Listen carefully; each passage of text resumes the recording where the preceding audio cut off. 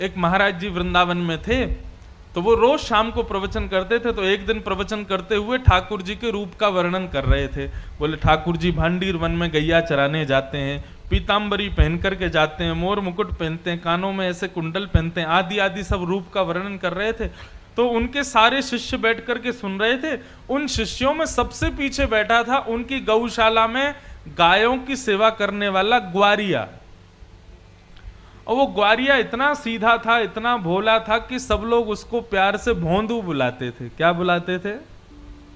भोंदू किसको कहते हैं? जो बहुत भोला होता है उसको भोंदू कहा जाता है। तो गुरुदेव तो प्रवचन करते थे, लेकिन भोंदू जो था ना, उसको ऐसा लगता था कि गुरुजी कोई 2-3 हजार साल पुरानी कथा नहीं सुना रहे हैं, शायद रोज ऐसी लीला होती है वृंदावन में और गुरुजी हमारे उसी को सुना रहे हैं।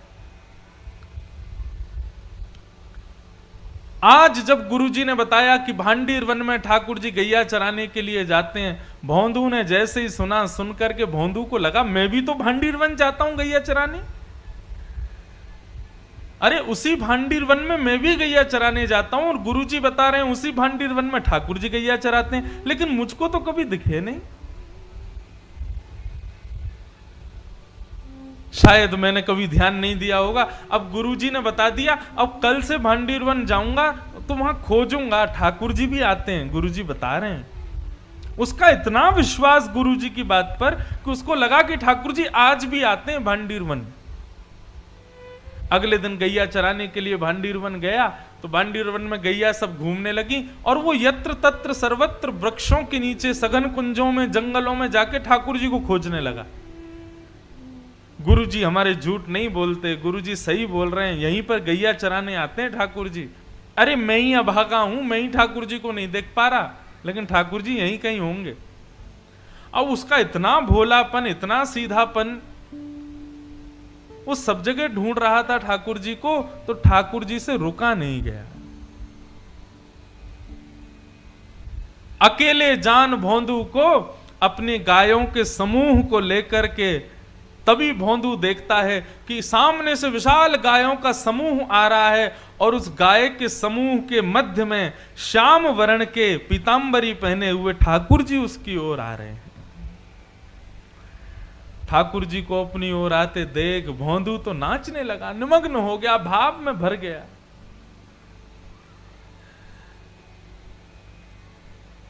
कटाक्ष नेत्र ठाकुर जी के, सुंदर कपोल, मधुर मुस्कान, घुंघराले केश, मोर मुकुट सिर पर, पीतांबरी पहने हुए, चंदन की सुगंधी महकते हुए ठाकुर जी गैया चराते हुए आ रहे हैं।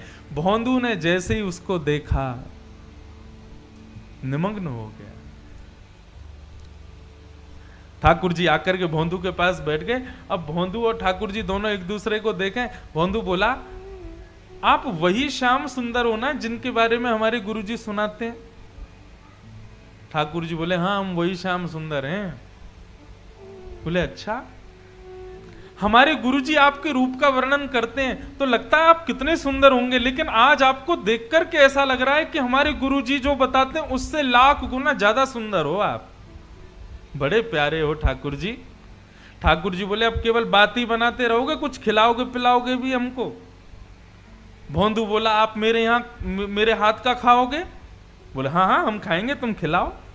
तो भोंदू पोटली में बांध के 2-4 रोटी ले गया था, ठाकुर जी के सामने प्रस्तुत कर दी। ठाकुर जी ने प्रेम से पाया। अब सारी रोटी भोंदू की खा गए और फिर भोंदू से बोले, और खिलाओ। भोंदू बोला, ये मैं तो 2 ही रोटी लाया था, इससे ज्यादा मैं खाता नहीं हूं। ठाकुर जी बोले, कल से और रोटी लाना, हमको भूख लगती है। और ठाकुर जी अपनी गैया लेके चले गए, भोंदू अपनी गैया लेके चला गया। भोंदू को लगा ठाकुर जी ऐसे ही आते हैं, सबसे मिलते हैं, वो तो मेरा ही दुर्भाग्य था जो इतने साल बाद मुझको मिले। भोंदू ने आकर के किसी को कुछ नहीं बताया, उसने गुरुजी से भी कोई चर्चा नहीं की।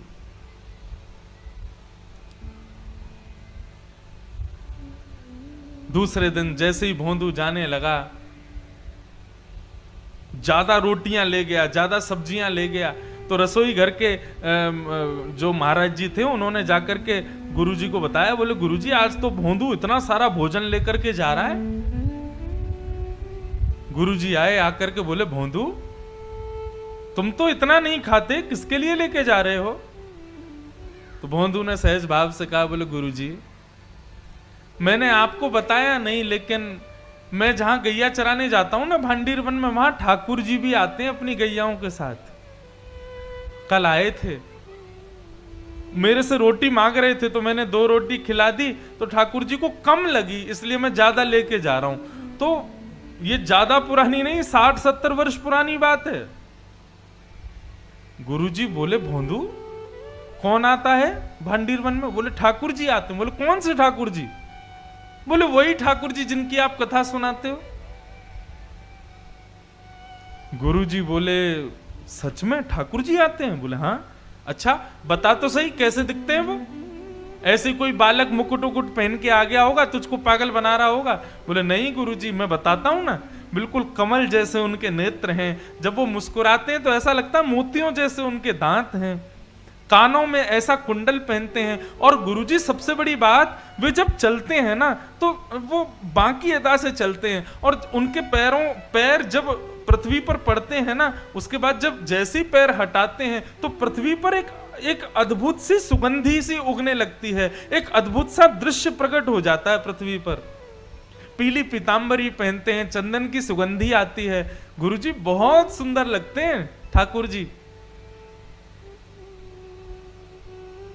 बंधुओं, जो सीधे लोग होते हैं ना वो झूठ नहीं बोलते, चतुर लोग झूठ बोलते हैं।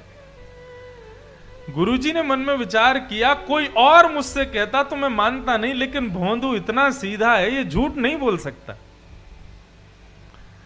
भोंदू के मुख से ठाकुर जी के बारे में सुनकर के गुरुजी के नेत्र सजल हो गए, और वे कहने लगे भोंदू आज ठाकुर जी आएंगे मिलने के लिए? बोले हाँ आएंगे गुरुजी।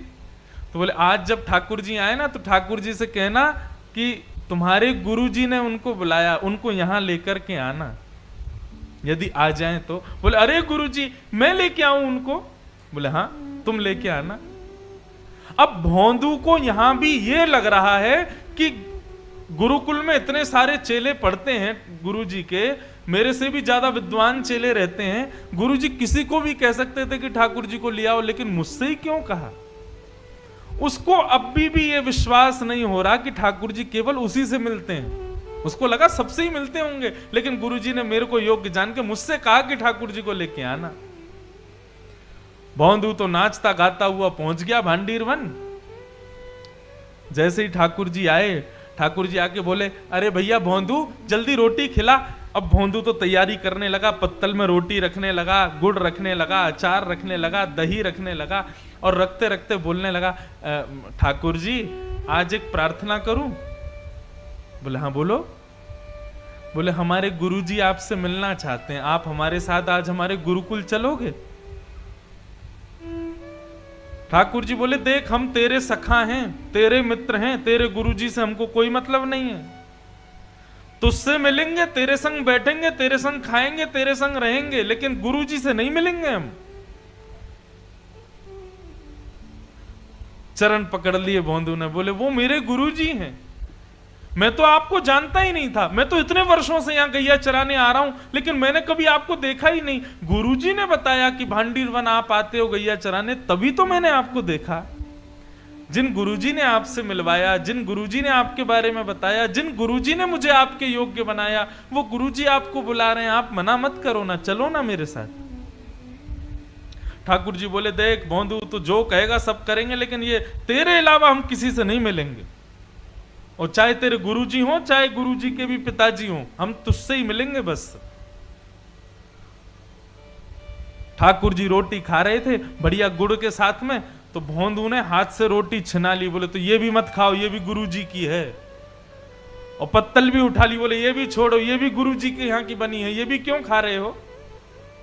और सुनो ठाकुर जी, आपको मुझसे ही मिलना है, मेरे अलावा किसी से नहीं मिलना, तो मेरी भी वचन सुन लीजिए। मुझे इस योग्य गुरुजी ने बनाया, और यदि गुरुजी से आप नहीं मिलोगे तो कल से यहां मत आना, मैं भी आपसे नहीं मिलूंगा। ठाकुर जी बोले तू अभी जानता नहीं है, बड़े बड़े लोग त्रिलोकीनाथ के दर्शन के लिए हिमालय पर जाके तपस्या करते हैं, तब जाके मेरा दर्शन मिलता है, और हम तेरे सामने इतनी सहजता से बैठे, तू कह रहा कल से मिलेगा नहीं। भौंदू बोला मैंने तपस्या नहीं की, मैंने अपने गुरु की सेवा की, तो इसका मतलब यह सिद्ध हो गया कि लोग 1000 वर्ष तपस्या करके आपका दर्शन करते हैं, लेकिन मेरे गुरु जी के चरणों में 1000 वर्षों के समान तपस्या का फल है, मैं उनको प्रणाम करता हूं और उससे मुझे आपके दर्शन हो जाते हैं। ऐसे गुरु को क्यों नहीं मिलोगे आप? ठाकुर जी बोले गुरु जी से नहीं मिलेंगे। तो फिर भौंदू बोला ठीक है, तो आज से मेरी आपकी कट्टी, कल से मत आना यहां पे, मेरे गुरु जी के नहीं तो फिर मेरे भी नहीं आप। और भौंदू ने अपना सारी सामग्री उठाई, सारी गैयाओं को इकट्ठा किया और जाने लगा वहां से, भगवान को छोड़ के जाने लगा। भगवान बोले अरे भौंदू रुक तो जा। बोले अब तो मैं तभी रुकूंगा जब आप मुझे वचन दोगे कि मेरे गुरुजी से मिलोगे। अगर आप ये वचन नहीं दोगे तो मैं नहीं मिलूंगा, मैं नहीं रुकूंगा। भौंदू जाने लगा, थोड़ी दूर गया, थोड़ी और दूर गया। अब मानो जैसे कि हमारे श्याम सुंदर के त्रिलोकीनाथ की त्रिलोक की संपदा छूट रही हो। दौड़े भौंदू के पीछे और पीछे जाकर के भौंदू के कमर पर चढ़ गए ऊपर और बोले तू जहां जाएगा सब जगह जाएंगे, लेकिन तू छोड़ करके मत जा, ले चल अपने गुरुजी के पास में।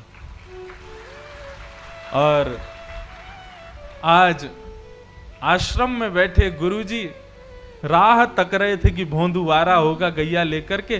तभी क्या देखते हैं, असंख्य गायों का झुंड आ रहा है और उन असंख्य गायों के झुंड के बीच में भौंदू अपने कमर पर ठाकुर जी को उठा करके ला रहा है। यह दृश्य देखते ही जो गुरुजी थे वे तो मूर्छित हो गए, और जब होश में आया तो नंद नंदन को सामने देखा। उठते ही जैसे ही ठाकुर जी को देखा, ठाकुर जी को प्रणाम नहीं किया, पहले भौंदू को प्रणाम किया। बोले तेरी भक्ति को प्रणाम करता हूं भौंदू, तेरी इतनी सरलता, इतनी सहजता, इतनी कोमलता कि तेरा नाम भी कोई तेरे को नहीं बुलाता, सब तेरे को भौंदू भौंदू बुलाते, इतना सीधा है तू। आज तेरे वशीभूत होकर के त्रिलोकीनाथ मेरे आश्रम चल के आए। ये सत्य घटना है वृंदावन की।